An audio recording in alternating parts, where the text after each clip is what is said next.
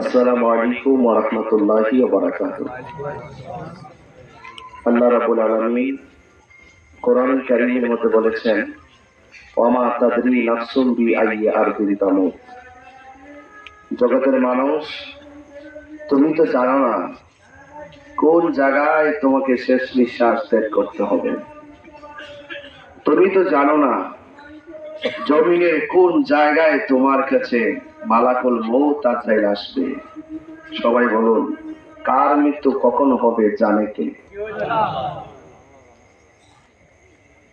আমরা আমাদের সকলকে মৃত্যু স্বাদ গ্রহণ করতে হবে। আমার রুহানি সন্তান মোহাম্মদ ফিরোজ মিয়া, আমি যখন নরসিংদীতে প্রথম এসেছি, প্রথম জীবনে, তখন তারা প্রথম সারির মুরিদ। যে জন্য এই ফিরোজ মিয়ার সাথে রুহানি সন্তান হিসেবে তার নীতি নৈতিকতা আদর্শ, আমি একজন নগণ্য বান্দা হিসাবে যতটুকু তাকে সবক দিয়েছি, সে অক্ষরে অক্ষরে সবক গুলো পালন করেছে। এবং আপনারা জানেন, আমরা আহলুস সুন্নাত ওয়াল জামাত যারা, আমলের সবক দেওয়ার আগে আদবের সবক দিই। কারণ 9.5 লক্ষ বছর ইবাদত কইরাও জাহান্নামের লাকড়ি ইবলিস আদব না থাকার কারণে। এই জন্য সুন্নিরা আদবওয়ালা। ফিরোজ মিয়ার মধ্যে সেই আদব ছিল কি ছিল না? ছিল। ছোটদেরকে স্নেহ করতো কি করতো না? করতো। বড়দেরকে সম্মান করতো কি করতো না? করতো। হাদিস শরীফের মধ্যে আল্লাহর হাবিব সাল্লাল্লাহু আলাইহি ওয়াসাল্লাম বলেছেন, হাশরের মাঠে 7 শ্রেণীর মানুষকে আল্লাহ পাক আরশে আজিমের নিচে ছায়া দিবেন। এর মধ্যে 1 নম্বর হইছে আমার বাজারে বইলা গেছেন, দেন দরবার করছে একসাথে। 1 নম্বর হলো আদেল। 1 নম্বর আদেল, যিনি ন্যায় বিচারক।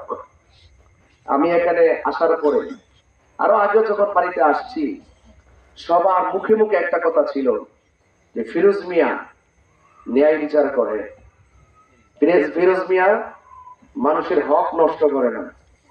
এই যে একটা আপনাদের আজকে যারা যারা মাঠেও আছে, শেষ বিদের সময় তার আদর্শের উপরে যে স্মৃতিচারণ করেছেন, আমি তার পীর হিসাবে আমি আজকে নিজেকে খুব গর্ববোধ মনে করছি যে আমি যতদিন পর্যন্ত ফিরোজ মিয়া আমার সাথে ছিল, আমি যতটুকু তাকে যে সবকগুলো দিয়েছি, সেই সবকগুলো অক্ষর অক্ষরে পালন করতে। এমনকি প্রতি রমজান যখন আসতো, রমজানটা আসার চাঁদ ওঠার আগে আমার বলতো, বাজান এবার কিন্তু আমি এতেকাফে নিয়ত করছি।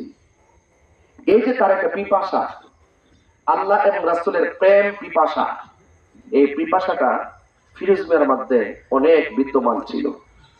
সবসময় খোঁজ খবর রাখতেন, সমাজের মানুষের সাথে সে হাসি মুখে চলাফেরা করতেন। এবং এটাও বাস্তব, যখন প্রথম এসেছিলাম টিনের ঘরের মসজিদ, এই মসজিদটা আজকে দেখলাম একদম ইট দিয়ে সুন্দর করে নির্মিত হয়ে গেছে, সাদ হয়ে গেছে।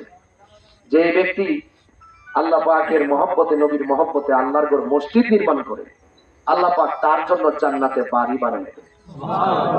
সবচেয়ে বড় কথা হলো, ফিরোজ মিয়া একজন সাচ্চা আশিকে রাসূল ছিল। আর সবচাইতে বড় সম্পদ হলো ঈমান।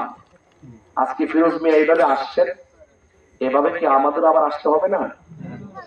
এভাবেই আমাদের সকলকে লাশ হয়ে এখানে আসতে হবে।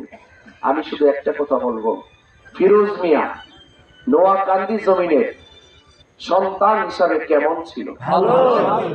ফিরোজ মিয়া নোয়াকান্দি গ্রামের সন্তান হিসাবে কেমন ছিল? ফিরোজ মিয়া নোয়াকান্দি গ্রামের সন্তান হিসাবে কেমন ছিল? আল্লাহ পাক যেন তার নামটাকে দয়াল নবীর প্রেমের খাতায় তুলে দিয়ে জুড়ে দেন, আমিন। আমি তার পক্ষ থেকে, আমার তো রুহানি সন্তান, আমি যেহেতু ধৈর্যশীল, হাদিসে যেহেতু পড়েছি যে ধৈর্য থাকতে পারলে মুর্দাদের জন্য লাভ, আমার বুক ফাটে, মুখ ফাটে না। আপন সন্তানকে বিদায় দেওয়ার যে কষ্ট, এর চাইতে বেশি কষ্ট হলো এই যে রুহানি সন্তানদেরকে বিদায় দেওয়া। কারণ এরা ছিল সুন্নিয়ত প্রচারের মাঠের সৈনিক, এই মাঠে আজকে আমি এসেছি, এই মাঠের মধ্যে ফিরোজ মিয়া তার জীবন বাজি রেখে আমাকে প্রায় 10-12 বছর আগে আনছে। আপনাদের মনে আছে?